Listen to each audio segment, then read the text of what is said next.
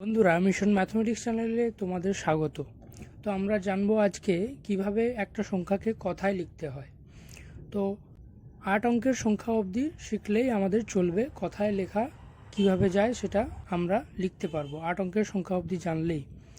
তো আমাদেরকে জানতে হবে 8 অঙ্কের সংখ্যায় প্রত্যেক অঙ্কের ঘরকে কি কি বলা হয়।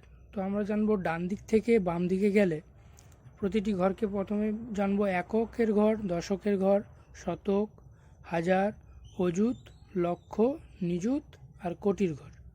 তো যেগুলো উপরে দেওয়া আছে তোমরা দেখে নিতে পারো। তো যদি এরকম কোনো সংখ্যা দেওয়া থাকে তখন আমরা কি করব না, নিযুত আর লক্ষ মিলে লক্ষে আকারে লিখব। মানে এখানে কত লিখব, কত লক্ষ, 46 লক্ষ।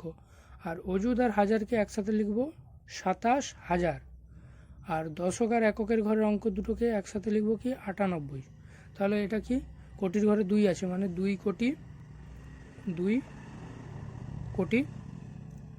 তাহলে 46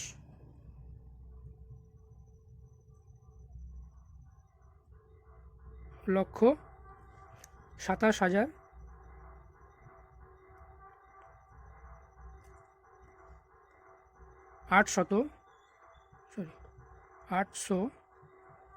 800 লিখতে পারি, 898।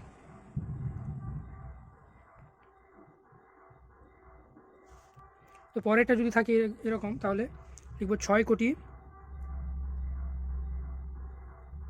নিচুতের ঘরে কিছু নেই, শূন্য আছে, মানে কি লক্ষের ঘরে 4, মানে 4, শুধু 4 লক্ষ। অযুতের ঘরেও আছে, হাজারের ঘরেও আছে, তাহলে দুটো মিলে 47,000।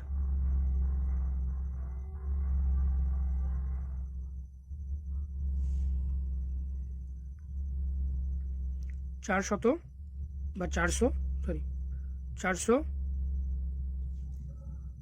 দুটো মিলে কত, 8।